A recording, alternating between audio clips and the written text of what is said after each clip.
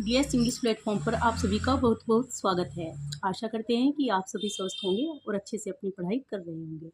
आज हम आपको हैमलेट की स्टोरी बताएंगे और हैमलेट जो ट्रेजेडी है शेक्सपियर की, उसके कैरेक्टर्स बताएंगे जो अक्सर एग्जाम्स में पूछे जाते हैं।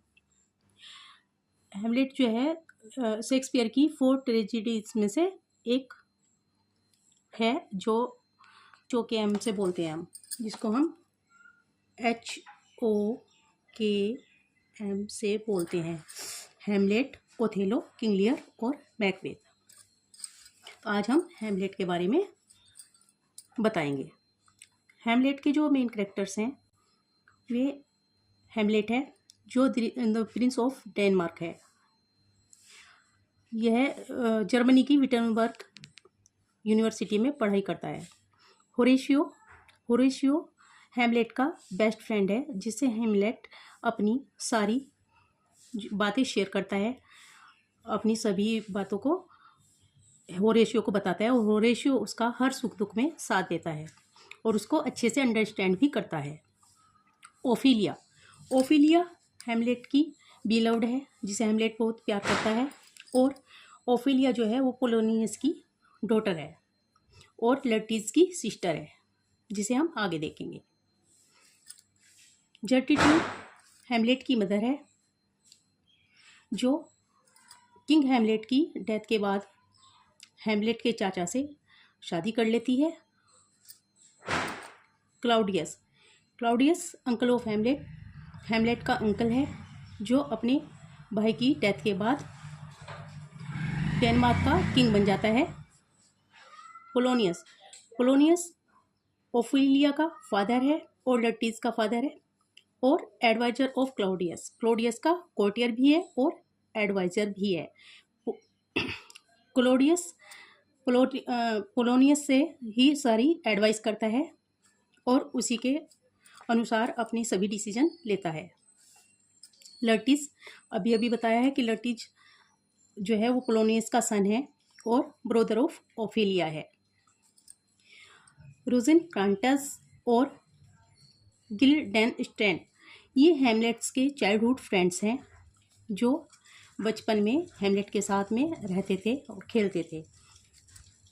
द घोस्ट जो है, घोस्ट का भी इम्पोर्टेंट रोल है हैमलेट प्ले में। हैमलेट के फादर का घोस्ट है फोर्टिनब्रास द प्रिंस ऑफ नॉर्वे है,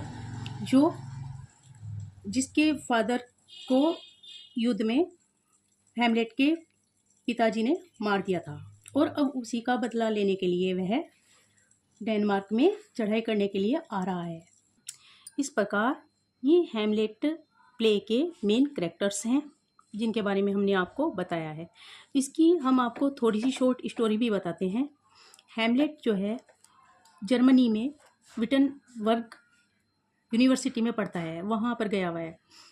पीछे उसके फादर की डेथ हो जाती है और उसको इन्फॉर्म किया जाता है कि उसके पिताजी की डेथ हो गई है।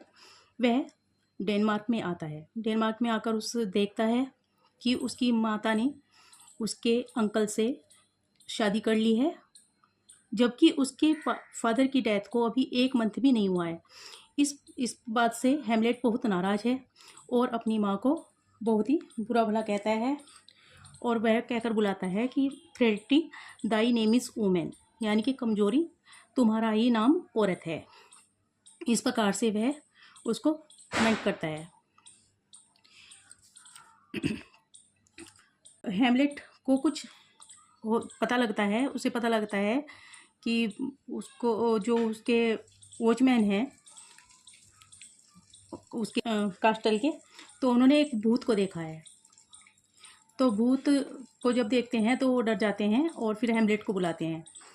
भूत हैमलेट को बताता है कि वह उसके पिताजी का भूत है और उसके पिताजी की नेचुरल डेथ नहीं हुई थी, बल्कि उसके अंकल क्लाउडियस ने ही उसको मार दिया था और उसके कान में जहर डालकर उनको मर्डर कर दिया था। तब वो घोस्ट हैमलेट को बताता है कि हैमलेट, तुम्हें मेरी डेथ का बदला लेना है और जाओ। इस प्रकार से हैमलेट को यह बातें कहकर डिसअपियर हो जाता है। लेकिन हेमलेट सोचता है, हेमलेट जो है बहुत ही सोचने वाला है, बहुत ज़्यादा थिंकिंग करता है और सोचता रहता है कि भाई मैं पता नहीं ये भूत हैं, घोस्ट हैं, पता नहीं सही बता रहे हैं या फिर कोई हमको मिसगाइड कर रहा है।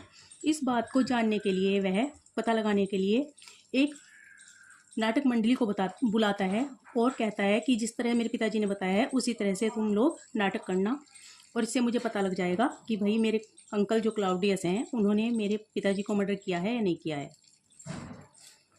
प्ले स्टेज पर खेला जाता है, उसको दी मर्डर ऑफ गोंचैगो के नाम से जाना जाता है या माउस ट्रैप के नाम से भी जाना जाता है।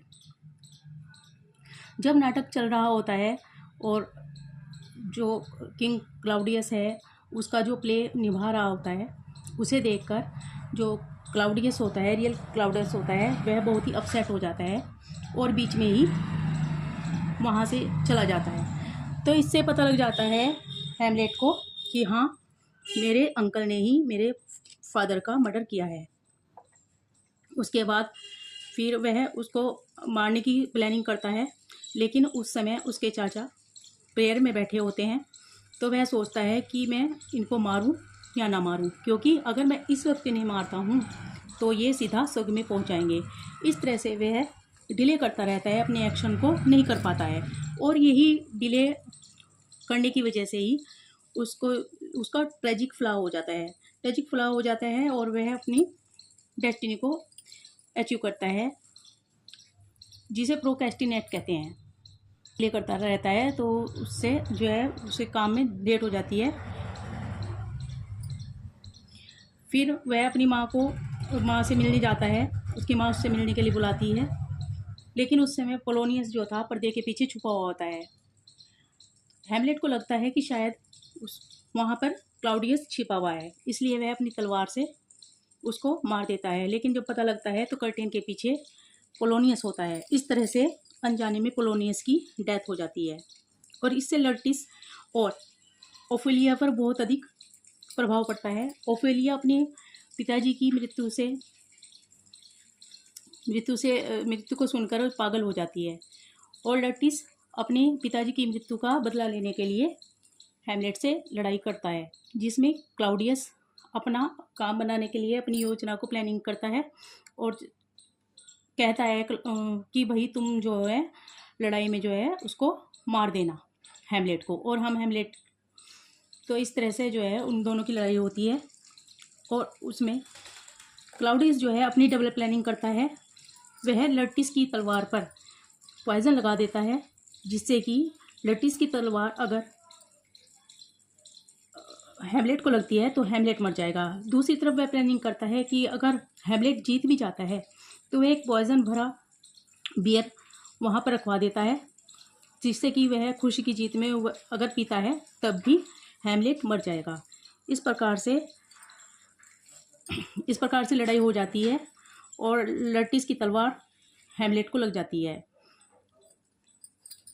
लेकिन शुरुआत में लेकिन हैमलेट जो है वो जीत रहा होता है, तो इससे जर्टिट्यूड जो है वो खुश हो जाती है और तो जैसा हमने बताया आपको कि जब हैमलेट जीत रहा होता है तो उसकी जीत की खुशी में जर्टिट्यूड जो है वो है प्याला पी लेती है और मरने को हो जाती है। तब उसको महसूस, तब वह हैमलेट को बताती है कि पॉइजन, तो वह बोलती है, तब पता लगता है। तो फिर लर्टिस बताता है कि तुम भी ज़्यादा देर तक नहीं जी पाओगे, क्योंकि मेरी तलवार पर जो था पॉइजन लगा हुआ था। बाद में यह बात पता लगती है कि ये सारी जो प्लानिंग थी वह उसके चाचा क्लाउडियस की थी। लर्टिस को भी हैमलेट की तलवार लग जाती है और इससे दोनों ही घायल हो जाते हैं। दोनों ही, लर्टिस मर जाता है बताकर और हैमलेट जो था वह अपने चाचा के पास जाता है और अपनी तलवार को क्लाउडियस को मार देता है। इस तरह से क्लाउडियस भी मर जाता है, जर्टिट्यूड भी मर जाती है और लर्टिस भी मर जाता है। अब लेकिन थोड़ा सा ही टाइम हैमलेट के पास बचा है, उसका ट्रीटमेंट नहीं हो सकता, वह मरने ही वाला है। तो तब वह अपने फ्रेंड होरेशियो की बाहों में होता है और होरेशियो को कुछ इंस्ट्रक्शंस देता है। होरेशियो कहता है कि नहीं, मैं भी तुम्हारे साथ चलूँगा दोस्त, मेरे को भी तुम्हारे साथ चलना है, लेकिन वह कहता है कि नहीं, तुम अगर मुझसे प्यार करते हो तो तुम्हें जीना है, तुम मेरे लिए जियोगे और तुम्हें आने वाली जेनरेशन्स को, आने वाले जो आगे लोग हैं उन सबको मेरी और मेरी वीरता की कहानी सुनानी है, मेरी और अपनी दोस्ती की कहानी सुनानी है। इस प्रकार से यह कहकर हैमलेट भी मर जाता है। इस प्रकार वहाँ पर सभी मर जाते हैं और केवल होरेशियो जिंदा रहता है। तभी उधर, क्योंकि वो जो चढ़ाई करने के लिए आ रहा था वहाँ पे, फोर्टिनब्रास आ जाता है और आकर देखता है, वो जीतने के लिए आया था कि मैं उन सबको मारूंगा, तो देखता है कि वहाँ पर तो सभी मरे हुए पड़े हैं और कोई भी जिंदा नहीं है। होरेशियो उससे मिलता है।